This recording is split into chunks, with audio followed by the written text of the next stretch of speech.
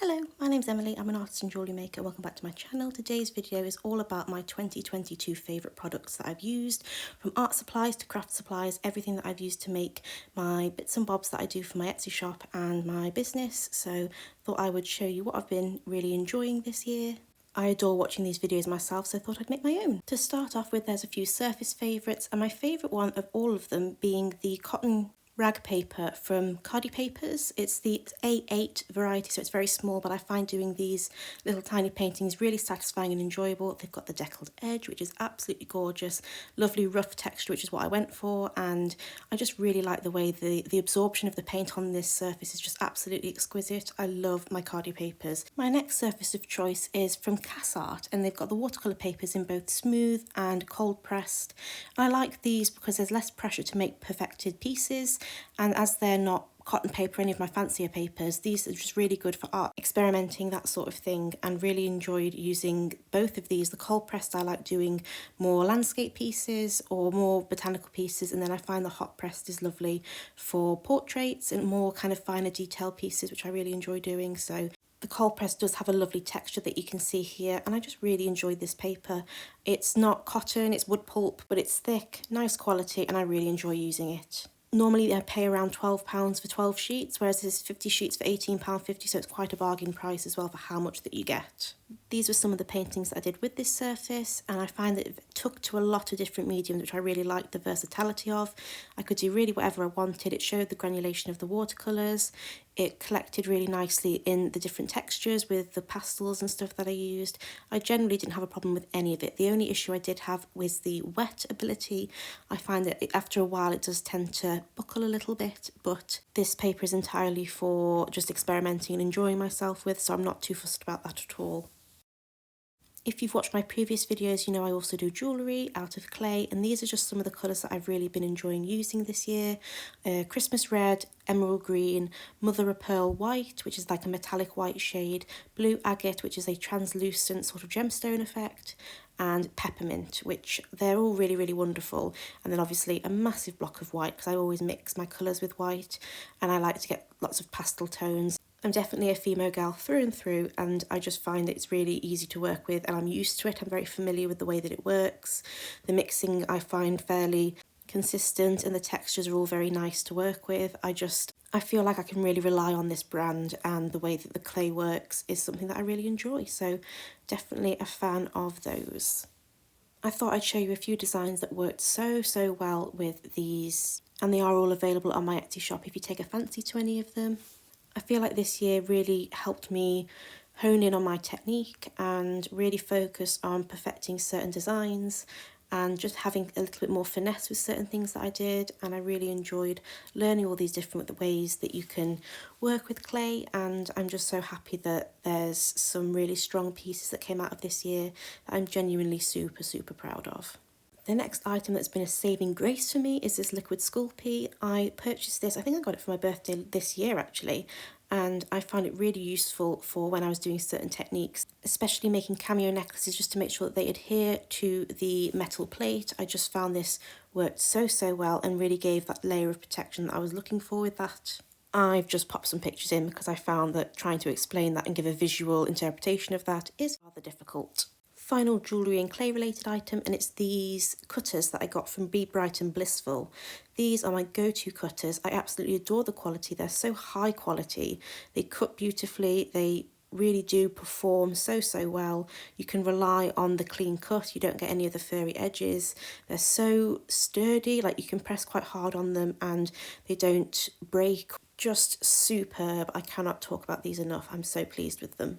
Right, jewellery tools completed. Now it's time to talk about the tools that I use for my artwork and my painting and whatnot. So let's talk about brushes, and I have 4 brushes I'd like to talk about in 2 brands. First, I'm going to discuss the Royal and Langnickel Aqualon brushes.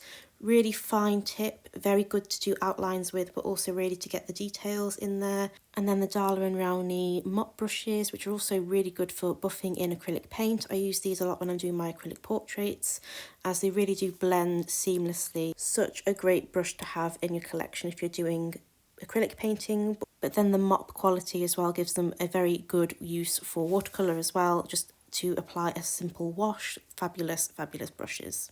I'm now going to discuss quite possibly my most prized possession, which is looking a little bit battered because I use it so much, but it is my Schmincke super granulating paints in a little palette that I made myself.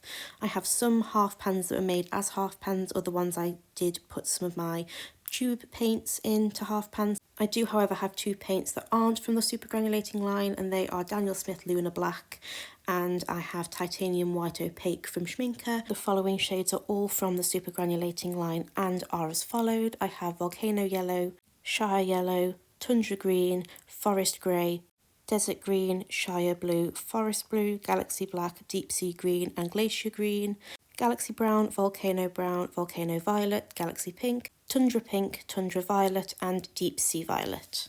Absolutely adore these paints so much with my whole heart, so I thought I would mention those all together.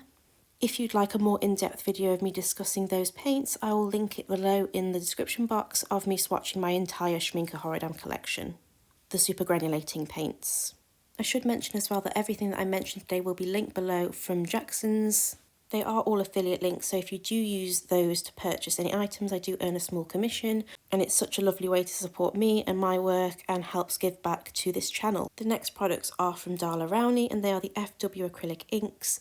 These are glorious because I find that they act like a watercolour in terms of clarity and the dispersal of all the product, but then they dry down and you can't re-wet them, so that really works well for me with outlines, because I find that they really can pack a punch and hold their own on the page, but also you can work with them like a watercolour as well. Having that versatility to this product is just amazing. And then Portrait Pink is such a lovely, milky, botanical floral shade. I find it works so beautifully for like roses and things.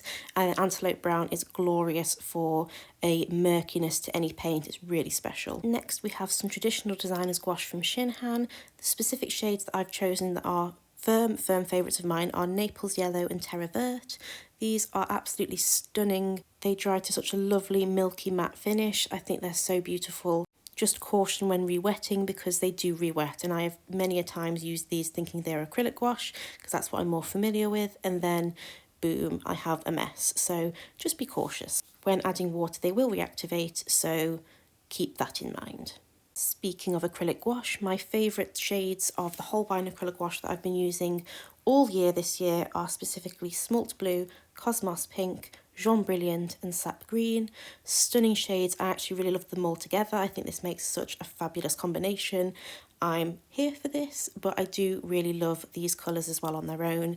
Beautiful formula, very reliable. My absolute favourite formula of gouache. That being said, I have also really been enjoying another brand of acrylic gouache, and it's from Turner, the Acryl Gouache. I get so confused between the two names because, oh my goodness, they sound so similar, but regardless, the Turner Acryl Gouache has been really lovely, and I really did see how well they work together when doing a specific painting of the Pale Man from Pan's Labyrinth.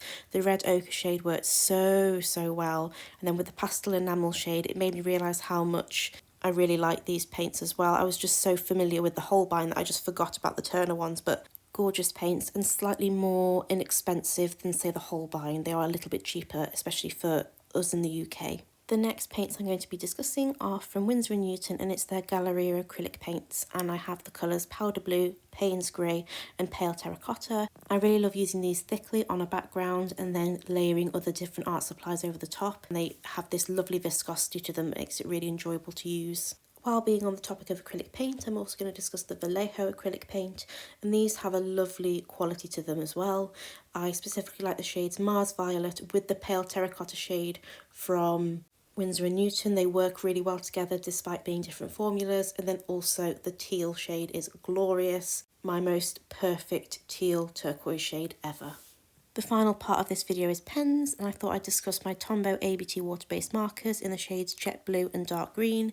These are fabulous for journaling, but I also really like using these layering on top of watercolours before I go into a more opaque media. They blend effortlessly together, they behave like a watercolour when mixed with water, and they don't bleed through on sketchbook pages, which makes them very sketchbook friendly. Less sketchbook friendly, but these are alcohol markers, specifically the Copic variety. I have 3 of the Chows that I've been really enjoying, which is Chamois, Putty and Lipstick Natural, and then the sketches in Barely Beige and Clay I've really been enjoying, and these are fabulous for portraits, and I really got back into them when I did the Taylor Swift portrait that you may have seen on my Instagram. They do perform really lovely for portraits, but they do bleed through on the other side, which is not very good because sketchbooks do not like that. Next are my Posca markers, specifically the shades English Green, Navy Blue and Dark Brown. The English Green is from the Dark set, but you can get it now separately, which is fabulous. And then Navy Blue and Brown are only available in the 3M variety, but with that slightly finer nib, they work really well as outlines as well, without it being black and too harsh. I really love those for outlining purposes. And finally, still on the topic of acrylic markers, are my Molotow 227HS One for All acrylic markers. I specifically have the shades Lobster, Brown Ochre Light and Amazonas Light. I've been loving using these. In fact, I went through an entire Lobster in the space of like 3 months because I was using it loads. And now I'm seeing these three as a colour palette and I'm like, I need to make something with those colours together, but I do love these. They do have a more extensive colour range than Posca and they work just the same. I really like these markers. A couple of honourable mentions that I haven't been able to grab for this video, but I have really been enjoying, but they're packed away currently, and they are the Caran d'Ache Luminance pencils, Derwent Lightfast pencils, my Derwent drawing pencils, and the Caran d'Ache Neo colours. They've been huge favourites of mine as well. I found layering them on top of the medias that I've already discussed in this video, and I've just loved using them with everything else, and thought I couldn't resist mentioning them even if I don't have them to hand. And that's this video done. Officially, my favourite art supplies of 2022 have been announced and I could squeal with joy. I've had a great 2022 in terms of art supplies. I found an art style I've really enjoyed. I've really enjoyed playing with different mediums and specifically loving mixed media as a form of art especially. And I'm just so thrilled to have such lovely supplies to get to use every day, and it's such a versatile range of things that I can do, from jewellery to artwork. I'm just really happy, really happy with how the market went this weekend as well. Met so many lovely people, and I've got another one in the next couple of weeks, so all things are being prepared for this and all my energy is being going into making new stuff because quite a lot of stuff sold out, which was really lovely. This weekend my sister's getting married, so I'm going to be on bridesmaid duty. I cannot wait and I'm so excited for the foreseeable future. It's all going really well.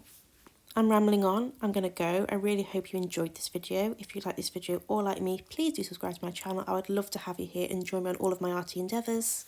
Expect another video similar to this but showing all my favourite makes that I made of 2022.